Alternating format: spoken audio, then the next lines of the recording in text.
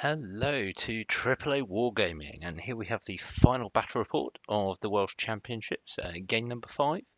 Um, I'd had a pretty good run up to now. I was sitting on 43 points after my after a solid victory on game 4 against Andy Barton's Beast Herds. So I was looking pretty good. I'd hit my target of 40 points, and now I was sort of going for gold. I wanted to break that 50 mark. I must be honest, I hadn't managed to do it this year. Or yeah, this year. Sorry if you can hear a cat in the background. That's my cat just coming from defending his territory. Um, yeah, no, I'd got two 49s. I then had a pretty bad team event, but like the opponents I was playing against, there wasn't much hope up at Walsall. And then coming into the Welsh Championships, I'd set myself a target of 40. I was now 43 points, and going into the final game, and I thought, if I can just get those 7 points and break that 50 mark, get that average 10 points over five each game over 5 games, it would just be that would be something quite good. So I was I remember being in the cafe queue, and then it came up, and we all had a look at our phones. I went, "Who's Mark Sancho?" And by pure fluke, he was standing about 2 feet away from me. So we we had a good conversation and talked through our armies, got a coffee, and then went down and got ready for the final game. So this was going to be played. This is game number 30 and the final round. It was Dawn Assault, which is a favourite of mine. I quite like that, even though it restricts our deployment a little bit. It's just something I quite enjoy with the ambush rule and just having a refused flank. So yeah, I quite enjoy that. Playing Dread Elves is always a bit interesting. It's just because with another Elvish opponent, they're going to have similar stats to yourself. They've still got Lightning Reflex, and with Dread Elves, they've got that +1 to wound. So with the Avatar, yeah, it's going to be interesting. But also capture the flags. I've got one big tough unit which I can keep regrowing, so I'm happy in that fight, and I can just hide the two Dryad units in the corner and just thing. The only downside is they are not very mobile, so if they get trapped, that is going to be a problem for me. So I've got to work that out. Otherwise, looking at his list, he's got a Dread Prince, but I remember looking at this and going, "Oh no, the Dread Prince, the mobile Dread Prince," and it took me a second look to go, "Huh, it's on foot. There's no character here. It's not a cowboy running around, so actually." This is probably going into selecting spears or adjudicators. So okay, fine, cool. I was pretty happy with that. And then we had the Exarch. He only had one spell, and for that, sorry, one wizard. And because he's only an apprentice, he's got an heirloom and lightning vambraces. So I remember just thinking of this, and it was like, just stop the heirloom. Make sure you stop it. It's the only spell you have to stop, especially with my army with the two pathfinders, because it just restricts my shooting. Someone said he'll think of it like a moving castle coming forward. You won't be able to shoot at anything that's inside that bubble other without taking hits. And the hereditary spell on Dread Elves is just pretty brutal. Other than that, with the three spears, I'm just going to have to be quite careful with that unit. I haven't really got anything that can take it on one, I think. But unless you're talking about the blade dance in a wood, just to make sure on the stubborn. I've got two units of auxiliaries. I wasn't too bothered about these. I mean, just they're short range. The march and shoot would be annoying, but if I got first turn, I can go after them because they're the only real bit of shooting. You haven't got any bolt throwers, you haven't got any shadow riders, so I'm not too concerned about that. I'm going to get at least I can fix it so I can at least get 2 turns of shooting with them, and if necessary, if he wants to bring them out, these are two possible targets for my monsters to go after and get me at least 2 of those scorings. He's then got the obligatory Gorgons, terrifying. Didn't know how I was going to deal with them apart from shoot them. I didn't really want them to get into combat with my big stuff just in case he spiked.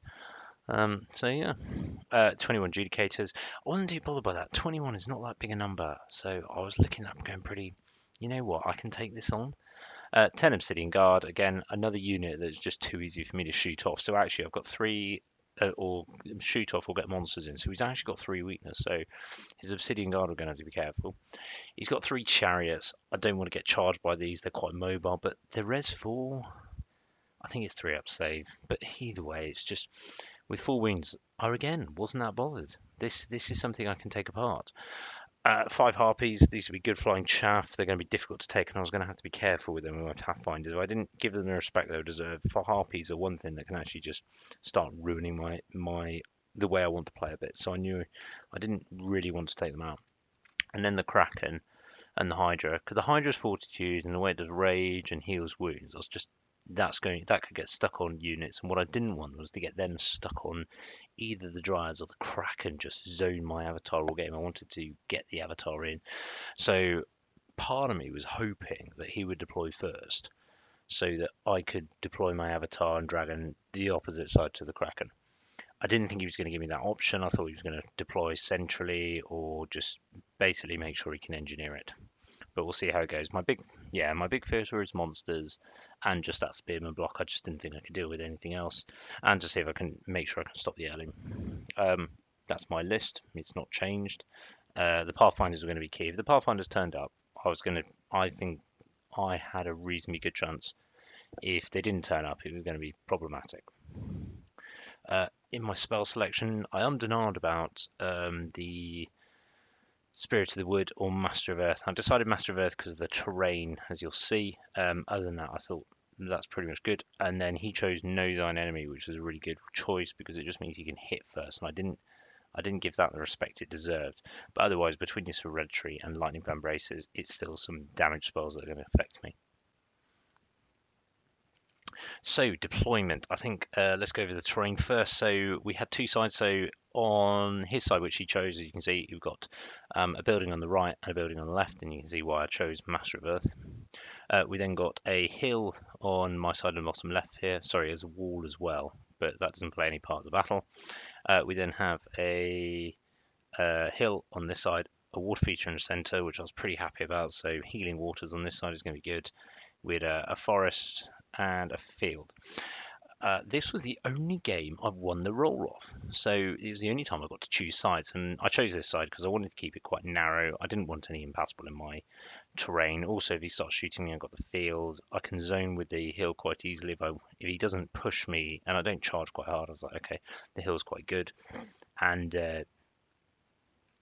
this way I can force him to come down a sort of central alleyway, that's why I put my forest there. So I was like, okay, between the water and the two forests, you've got to come down this route, and you're going to take casualties. What I was surprised at, I didn't think about the Kraken in the water, so I was very surprised when he put Kraken on the left, and I just thought, why has he done that? I'm really, really happy with it far over there because I was going to put my monsters on the right. So he then decided to drop first because he wanted to push. He didn't want to give me that shooting. So as you can see, he put his he's got one of his chariots over here, looking at here, just in case I want to put my pathfinders down here so we can get them. He's got his executioners in front of them, and then he's got his two Selection auxiliaries in the front, just to the left of that impassable. So on the right of his line, they're going to come forward, shoot, and hopefully get into him. I was pretty happy by this because he's put two scoring units out in front, and I was like, yep, I'm going to go for them. He's then got the Gorgons behind as his second line with the Obsidian Guard, and then the Harpies just left of them, so he's got some flying chaff there and they're protected. Because he was going first, I didn't understand why the Harpies were in a different position. There didn't seem any point there because he's going to move them. I mean, why not have them on the right? You can move them out to one of the Impassables or bring them around here. There were more options, I think. He then had his big block of spears just in the center there. And then another chariot. He had his Hydra, then his Kraken on the left, and then a last chariot here just to zone and keep me honest. My first thought was, one, stay out of his range. Let's not give him any shooting apart from my monster's first turn, and therefore I deployed appropriately. What I wanted was to make sure in case he got a spell. So I wanted a zone on the left here. I realised the Hydra has just got such high defensive skill and distracting. It's just not good. It only takes one combat of that getting into my infantry and I'm in trouble. So I put my Wild Huntsman on the left, zoning his chariot and the two monsters and the chariot as well. I decided to support them with both units of Heath Hunters just so I could create a really mobile flank. So either my huntsmen are going in, they'll probably take up some magic, and if not, I've got two units that can get in quite close quite easily against his chariots and pepper them all game. So hopefully these two could kill off his chariots quite well. What I didn't want them to do was to get knocked up, basically just support, and this flank can operate independently and either tie up or destroy a lot of this side between his two monsters and chariots. I didn't really have an answer for a spear block. What I knew is I didn't want to fight them too early. So what I was doing then was just leaving a gap, and I decided to concentrate on this side and make sure I can kill at least these two, and then preferably one of these two scoring units, and therefore I secure it, or at least draw the objective. So I put my blade dancers there so I could either move forward into the forest. I think in hindsight, now I'll show you what I should have done. Then I've got my tree father, my avatar, and my dragon over on the far right, and there's two behind them are two units of dryads, and they're just going to run the line, and then my dryads here just to come around this corner as they possibly could take on the execution. There's not that many of them. They're not well armored. It won't take that much magic to make the druids quite punchy. And then I had the two pathfinder. I just scattered them behind because I didn't want to. I thought about putting them out here, but I just thought they'd be too easy for them to come around the corner and just start degrading them. They fail a leadership check, they run off the board, and that's it. I'd rather keep them back here, out of range, and then move them forward and just keep peppering them. I was pretty happy with that. So in terms of first turn, then going to first turn. So as you can see, I wasn't great on photos on this one. I will get better for the next tournament. So he moves up pretty clearly and gets into a battle line. I don't think he loses any. No, he does lose some of them on DTs. I think he just lost a couple, but didn't fail a check, and they just launch. They just move up clearly there, and it's basically just a straight line here. I was pretty happy with this. They weren't going to be able to shoot me, and apart from the avatar, and they do no wounds. And you can see more of that. That there, you can see it's a clear monsters, but you can see. Sorry, I'm just going into my turn as well. One thing I would say is you see he's moved his chariot over back there just to zone on this flank, just so my dragon can't come round, and to gum up here. It just makes common sense.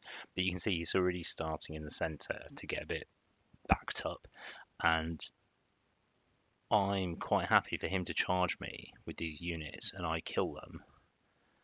So what my plan was, just start whittling away at them with my shooting, and I was pretty happy with that. One thing he does get through is he gets lightning vambraces through on my wild huntsman on this side. I tried to stop it. What did I roll? I think it was an 8-5 phase. He put 3 dice on it, so it was a bound spell, so he put it on 8, and I rolled a 7 with 3 dice.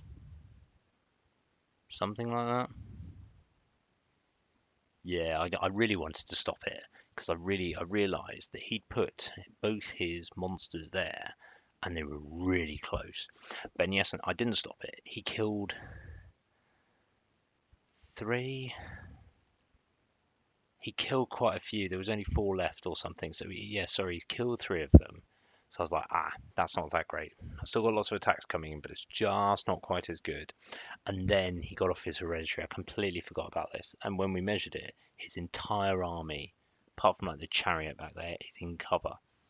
So no, I was like, that's the spell I should have stopped. So first turn, when I was very like, oh, bugger.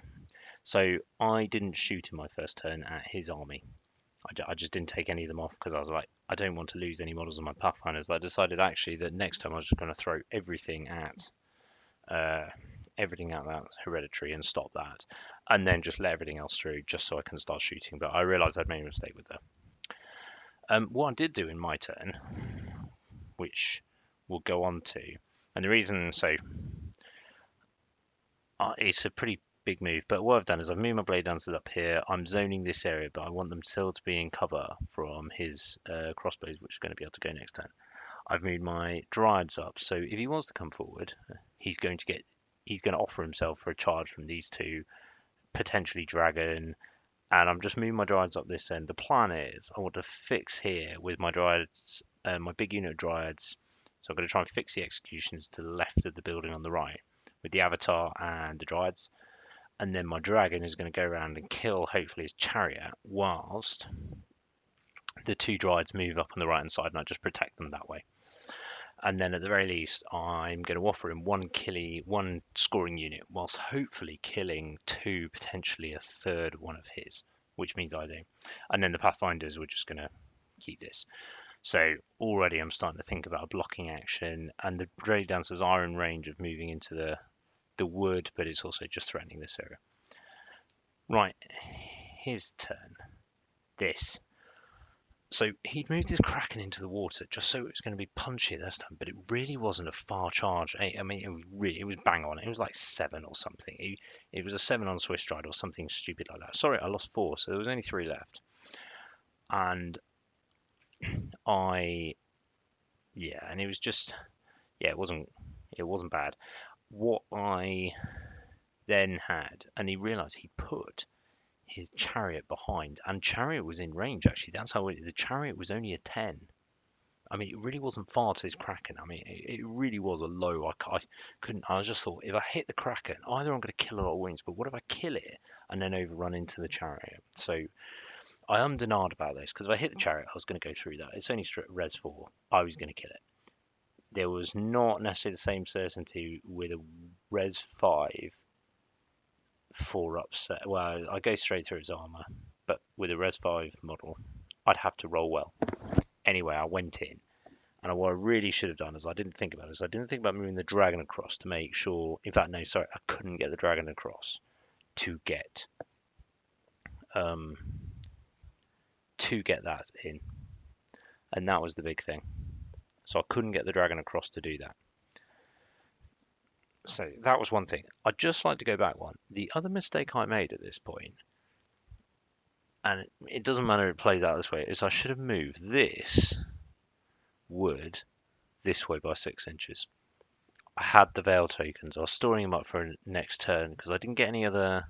I got a 4 at Fortitude on them, so I got Oaken Throne and something else off. But I should have moved this 6 inches that way, so that if he moves his blocks into it, etc., I'm that much closer, and it just makes it really, really difficult for him. And it means I can fight him in somewhere where it's going to be. He's not going to be steadfast.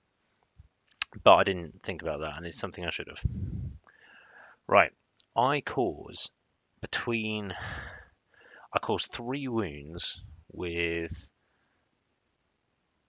Oh no, sorry, this is after my attack. So 4 of them got in. I cause 3 wounds.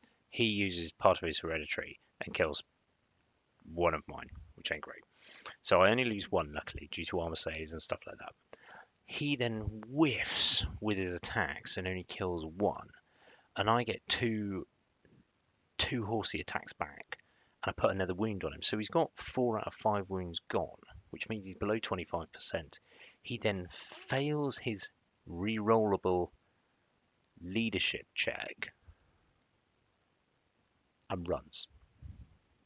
So he runs. So he's roughly where his finger is, and he goes through there. So he's not off the board, but he's now got a minimized leadership check. It's going to be outside of BSB, and I've got like an overrun of a. It's really not high. It's like 6 or 7. But either way, I'm going to overrun because I'll be out of range of the chariot. And I do. I get in there. You can see his other chariot on the left, which I've shot at this turn because it was the one thing that was outside of 18 inches of his thing, and I put a wound on it. But now that other chariot is dead. I reckon. And we had a discussion with that. So it's 25% and below. So that Hydra, that Kraken, is going to run off. Is likely to run off the board unless he gets very lucky. And I'm probably going to kill that chariot unless I get very unlucky. Or at least make it run. I'm in the flank. I've got a banner. I've charged. I've got 2 units, 2 attacking stuff. So maybe I'll lose 1, but I'm going to ruin that thing. So it's a really, really good turn for me. Right, his turn 2. He's got a choice at this moment, and this is sort of this is it, but he hasn't moved yet. He moves his of Hydra in again, very close to that. So you see where my blade dancers are. They're not really that far away from that wood on the left. And now he's moved his Hydra in there. He takes a wound, which I'm pretty happy with. And then he proceeds to move stuff. So he's moved these all out. They haven't lost that many. It was just they need to take it out. But he does lose a rank from TTs. He rolls absolutely awfully. It was just unbelievable. So he loses a rank just on that unit, and they're now sat in front of my blade dancers. So I did think about going through that. But this sounds apologies for the blurry photo. But you can see, look, that is really not that far away from there, and I've got a swift stride charge, so I'm very tempted to go into that. Not only that, but I'm probably going to be able to make myself steadfast in that forest by hitting there and then turning to face him. So I could block this. So I was looking at that already. Otherwise, you can see he's moved his obsidian guard, or he's kept them away so they're not in range of my shooting. But he's brought his repeatable through crossbows here. They're going to probably try and light up at my blade dancers, but it's going to be -2 minimum to hit, possibly -3 because of long range. I'm pretty happy about it. Definitely not going to be able to go for my pathfinders. He's brought his other unit right in front of mine just to bait me, so I'm going to charge them with my Dryads and Avatar straight up. He'll look to countercharge with his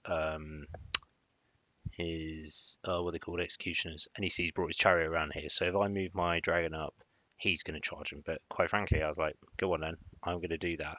Between a Master of Earth or Stone Skin, it's your choice. But I'm potentially going to have either a Strength 4 shooting attack, magic attack on you, or a Strength 5. So I was lining that up already. Otherwise, he's brought his Gorgons up behind. This was the other one. I could go in there, charge over. So there were possibilities for me. And then he had his Harpies behind. In his turn, he got no down enemy. No, he didn't get that. He got lightning van braces off. I let it go. And I think he killed a few blade dancers. Forgot that. No. He got that off and killed a few blade dancers. I think he shot a load and didn't really do anything, so there wasn't that many of them dead anyway. I stopped the hereditary because that was my only really big thing I had a problem with. I threw everything at it just to make sure I could shoot this turn. In combat, I wiped out the chariot in before it got to strike. So what I did was I had a choice. I could either turn this way against that, or I could turn around. I chose to turn around because the Hydra was just too tempting. Because if I got them into the back of the Hydra, I was thinking still about the blade dancers into front. I'll explain why I didn't go for the unit of auxiliaries, and I'll explain that later. The other bit is, now that's turned in here, I'm going to launch my Heath Hunters up here. And they're going to spend 2 turns, and they're going to kill that in 2 turns, potentially 1. 10 shots, hitting on 3s, wounding on 4s. AP 1. It's going to do some damage. But otherwise, I've killed the chariot, and as you can see, his Kraken did run off the board as well. So I've killed a chariot and a Kraken. I haven't actually shot anything yet. Right, my turn. I make the following charges. I charge my Avatar and Dryads into the right-hand crossbow, and that's as good as dead. I'm going to take them out. And then I charge my Blade Dancers into his Kraken. And my logic was, and I made it. The reason I didn't charge here was that I'd have hit the crossbow and I'd have gone through them. I'd have hit the Gorgons.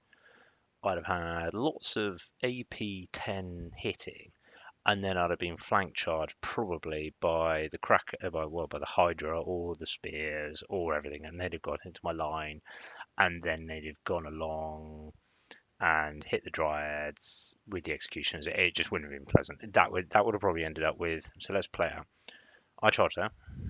I kill them. I ride on, hit the Gorgons. He hits them. They go through them, and they go through, and that's it. He charges with his executions. He charges and flank along there. He probably kills my blade dancers and everything, or at least makes them run. Says to him, run sideways. Everyone charges on. He hits my Dryads in the flank, and probably another couple of turns, that's my center wrapped up, and yeah, it's not pretty. The other bit is, I don't mind with those auxiliaries charging my pathfinders, even if they charge 1, stand and shoot, I'm probably going to do okay, and I'm going to kill a few of them, and it's he can't charge all of them. So this was my time. I decided to shoot them all at this guy. So I shot, so I decided to shoot the Gorgons and get him down, so it wouldn't be that great for him. So this was my opportunity to do that. The other thing is, by doing this, I've now fixed his Hydra. Yes, I've sacrificed my bit. I've probably sacrificed my Blade Dancer and BSB, but I'm going to probably kill his Hydra because also the Wild Huntsmen are in his rear, and I'm going to hold up his Spearman for a while. And what I can do is kill the rest of his army. I think yes, Executioners, but that's my plan. I've moved my dragon up here to have a plan. It's out of arc of the executioners, and my plan is to use missile, breath weapon, and everything else. So hopefully, I'll get it down to a couple of wounds and then kill it with my dragon in a couple of bits. In magic, sorry, I moved all these two up as well, and those two shoot them off. In magic, I managed to get stone skin off on. I got it off on the avatar. My logic was my avatar costs more points than these dryads, and I can protect those two. So I was quite happy with moving them on in. In other turns, he stops Master of Earth, and then my breath weapon does 1 wound to the chariot from the dragon on the top right. So I was like, okay, that wasn't as good. In shooting, in other news though, and in shooting, my Pathfinders take out 2 of the Gorgons. So there's only 1 Gorgon left, which is pretty good. So even at worst case now, he charges in there, stand and shoot, kills a couple, maybe he charges something else in there as well. They get killed, they run away. Even if they go off the board, they wait for them, turn them around, shoot them off when they come back on. It's just, yeah, I'm pretty happy with that. Shooting off here, they take out, didn't take 2 turns, it takes 1 turn, and now these two, their job is going to be going after the Obsidian Guard in the back. So I reckon I've got 4 more turns to get over there and start shooting them. So even if I only have 3 turns of shots, that's 30 shots. 2 of them are probably going to be at short range. Yeah, that's probably my second scoring unit unless they get killed. But they're not because his wizard has to stay facing forward because it's in the spears. Cool. Yeah, that's over here, so you can just see that 1 wound next to the chariot, which was worse than I thought, but yeah. Right, combat. My Dryads and Avatar just blow through them, and then I overrun really well. So not only have I blocked the charge into the Dryads here now, he's got a choice between Avatar and Dryads. I imagine he'll choose the Dryads, and we'll see what happens there. They are also in 12 inches of the BSB. I know it doesn't look like it, but actually they are. So if they get charged, even if they lose badly, they're going to have a reroll. Unless my Blade Dancer Chieftain dies. My Wild Huntsman and Blade Dancer just go through the Hydra. I don't even think he doesn't even get to strike. I don't lose anything. What happened? Oh no, so on his magic phase, sorry, he fails to cast the Hereditary. And Lightning Vambraces, I think he put everything into the Dryads actually. Because my Blade Dancer unit is all full, and I got Stone Skin off, so I don't... Did he stop Summer's Growth? Either way, I've got... Yeah, so the Wild Huntsmen are dominating this battle at the moment, seeming as they've killed a Kraken, a Chariot, and now they've helped kill a Hydra, because I needed him to come in and do this, so it's decimated the side. The Heath Hunters are now coming around to go and kill the Obsidian Guard, so I'm pretty happy. Now his turn. So firstly he charges in there, and I was thinking, yeah, it's probably going to die. He also gets his... over here he gets his unit of auxiliaries into my Pathfinders. I decide to stand and shoot. I choose +2 to hit, so it gets a few more of them away. But he also gets his Gorgon off, so there's only about 3 or 4 of them left. But his Gorgon gets in as well, so that Pathfinder unit is good as dead. He charges his Harpies, or tries to, into the other unit. And I was umming and ahhing about this. I went, no, they're too close to the edge. Stand and shoot. So I stand and shot. I only killed 1. No, I killed 2. Sorry, there's 2 dead. No, there's not. Did I kill 1 or 2? I think I only killed 1. I think there's 4 left. But they didn't do anything well. So they failed to charge, which was probably that was probably quite a bit of luck in my favour.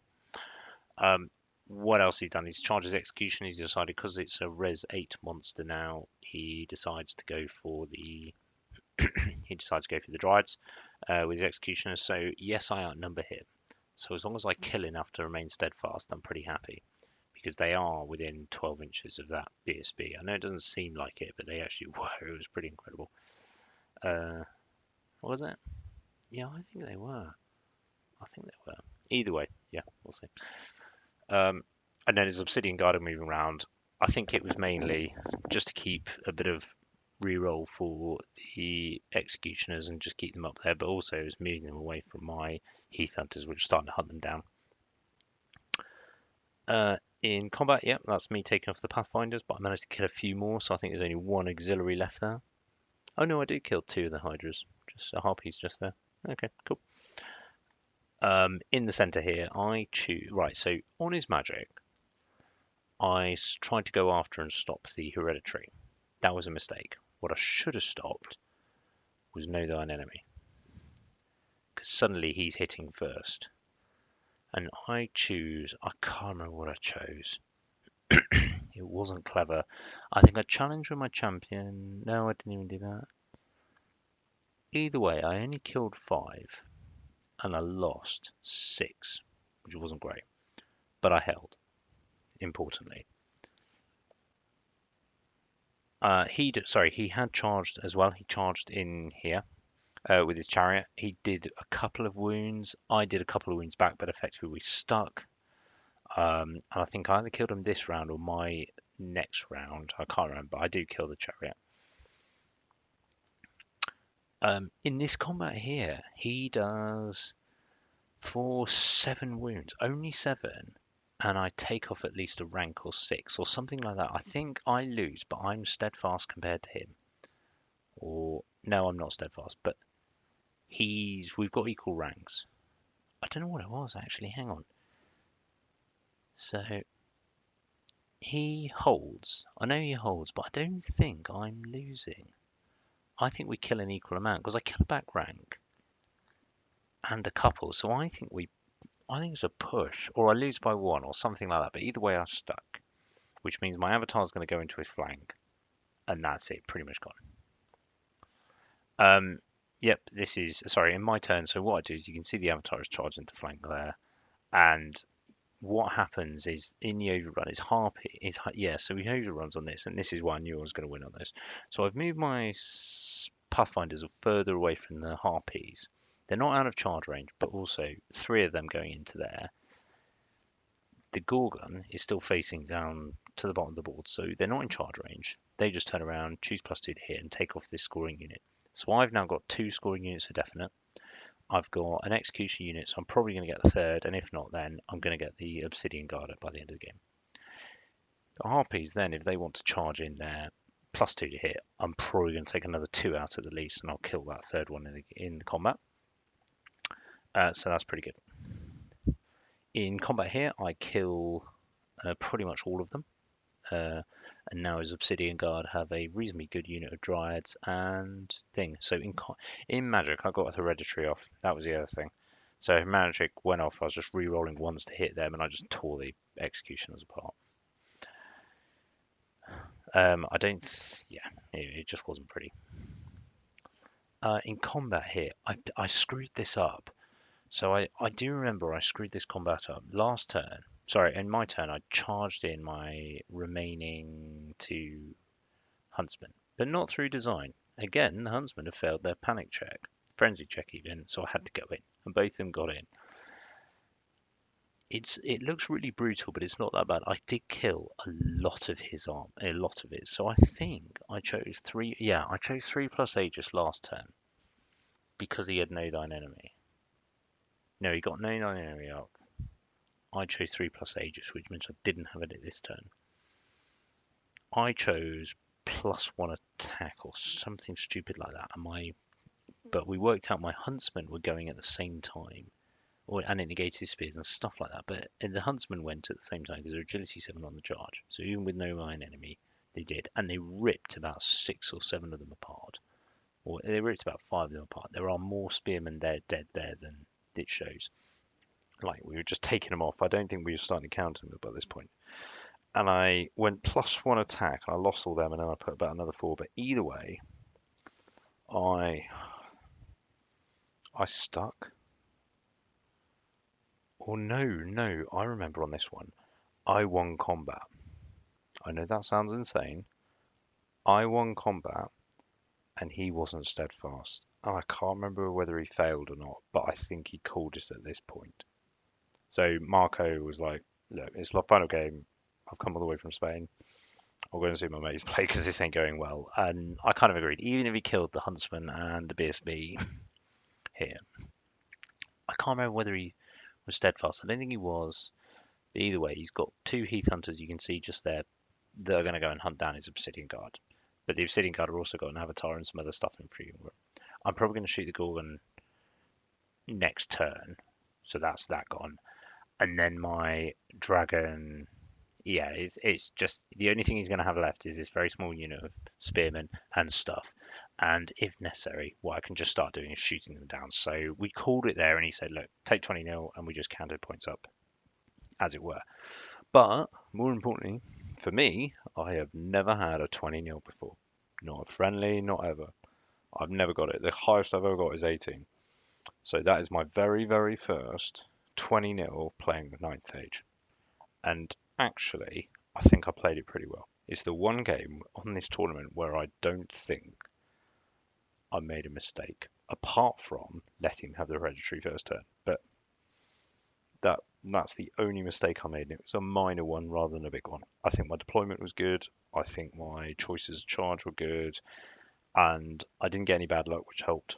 All my charges that I wanted to make came off. I didn't have any fluffs, which is always quite useful. But yeah, got a 20. Shocked. But that also meant I was in 63 points. And for about 5 minutes, and we finished quite early, so maybe 10 minutes we'll call it. I think I was fourth in the tournament. Obviously, no other game had finished by this point, so that doesn't stay. I think I finished ninth or 10th or something, but still pretty good for me. But yeah, I had 20 points. Yeah, think it was good. I was also above Josh Burns at this point, who was ahead of me. So I was fighting for top silver medal player. I mean, why I'm there, this is never going to happen again. So I thought I'd milk it while it happened. I went over to see him play, and he was playing Chris Crawford's Sins of Legion double scourge list. I was thinking, Josh is a good player. So is Chris, though. Maybe Chris could do this for me. So I needed Chris to get a big win, and it was going okay. And it was, in fact, I think Josh was winning. Then Chris had a good comeback, and then Josh overpowered him. But Josh won quietly so and finished with 6-7. So he got best overall player. But I was only 4 behind him. I was so close. Maybe next time. But yeah, no. Otherwise, a great end for me on 63 points. That's the highest I've ever got as well. So I don't think I'm going to be repeating that again anytime soon. But yeah, went with low expectations or lowish.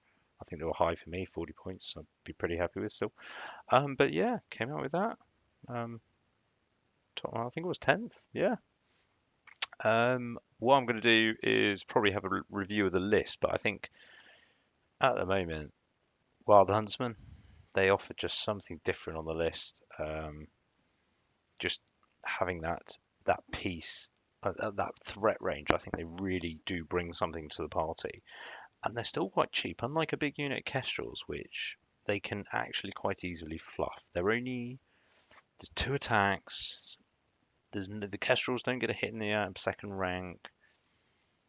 Yeah, just the Wild Huntsmen just have something more about them. I mean, you give them a couple of buff spells with strength, and they're just lethal. So I need to have a think about that. Can I make it work? I don't think I had a look. I don't think I could. Not without sacrificing either the dragon or maybe the big tree out of characters, which I'm not sure I want to do. So I really like the Wild Huntsman. And a unit of 7 with a flame banner has just dominated this tournament. They've rolled well at the right time, so I've had luck there. The Blade Dancers as well. The only thing with the Blade Dancers, I'd say, is I'm not convinced anymore about the hero with any sort of magic weapon at the moment. I'm just wondering whether I change that around for something else and maybe bring the Drums of Kenrin back, or just have him in his pants. No, just have a BSB with a potion of strength and a couple of Aether icons. Keep him cheap, and maybe get like a crystal ball in there. just to add a bit more magic support, or maybe just leave it and get a few more Wild Huntsmen in, or maybe even a few more Blade Dancers. Go for a nice big unit of them or something. So yeah, I'm gonna have a play around that. The other ones that have been big, I know the Avatar was always good. He never fails me. Is the Pathfinders. I really like them. I think they are better than Sentinels. They're just more. Their utility is greater, and actually they didn't die that often, which was always a risk. But I think I played them quite well. And the other one, Dryads. The Dryads have performed. They've just been secretly really, really good throughout. Actually, they died twice, once. Yeah, and actually they'd be good. The only thing I'd say about scoring is either I want to drop one of the Heath Hunters for a unit of Heath Riders so I can get that 4th scoring unit in, or drop one of the Dryads for a Heath Rider unit and just have a bit more mobile scoring. I only thought Quicksoft's the thing. All right, well, onwards, well, hopefully onwards and upwards. See if I can beat 63 at the next one. I think the next one I'm looking to might be Bristol in February. But other than that, I'm not going to the breakthrough in Element Games. It's just a bit too soon, a bit too much stuff going on. But I hope it's a bit low on people at the moment. But I hope all the people going up there have great fun. Mike Newman runs a really good tournament. I've only been there once, but it was absolutely fantastic tech. Otherwise, thank you very much, and I'll see you soon. I'll probably do some catch ups with some friendly games. But have a good have a good week.